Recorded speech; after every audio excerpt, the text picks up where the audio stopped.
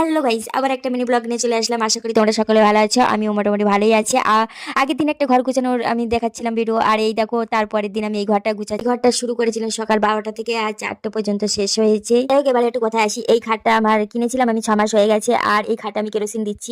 আর এই কেরোসিন দেওয়ার কারণ হচ্ছে, দেখো এই খাটটা না প্রচন্ড ঘুম পড়ে গেছে, আর আমার খুব ইচ্ছা ছিল একটা খাট কেনার, যে আমি নিজের টাকাতে খাট কিনবো। তো সেই জন্য আমি খাটটা কিনেছি, আর একটু বেশি দাম দিয়ে কিনিনি, একটু কম দামে কিনেছিলাম। তো যাই হোক, এখন কম দামের জিনিস তো এরকমই হয়ে যাবে, তো বুঝতে পারিনি। এখন দেখো ঘুম পড়ে গেছে।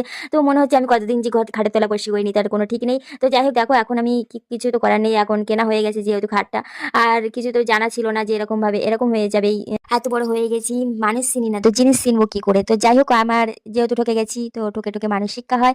তো শিক্ষা তো পেয়ে পাচ্ছি। এক একটা সময় এমন এমন ধাক্কা আছে যে মানুষ শিক্ষায় উঠে দাঁড়ানোর ক্ষমতাটা রাখে, তো আমিও সেরকম শিক্ষা পাচ্ছি। তো যাই হোক, এখন দেখো আমার মিনু তো শরীর খারাপ হয়ে গেছে। তো যাই হোক, সন্ধ্যাবেলা এসেছিল, ও ঘুরে ঘাড়ে সন্ধ্যাবেলা এসে এসে থাকার জন্য আসে। তো যাই হোক, এখন দেখো আমি ওকে সুস্থ করার জন্য ব্যস্ত হয়ে গেছি। ওর ঠান্ডা লেগেছে, চোখ দিয়ে জল পড়ছে, নাক দিয়ে জল পড়ছে, তাই গরম করে দিচ্ছিলাম। তবে কি জানো তো, আমি একটা অভিজ্ঞতা আছে, আমার মানুষের থেকে পশু পাখি আমাকে বেশি ভালোবাসে। মিনি ব্লগটা এখানে সমাপ্ত। ভালো লাগলে চ্যানেলটিকে সাবস্ক্রাইব করে দিলে। চলো টাটা, বাই বাই।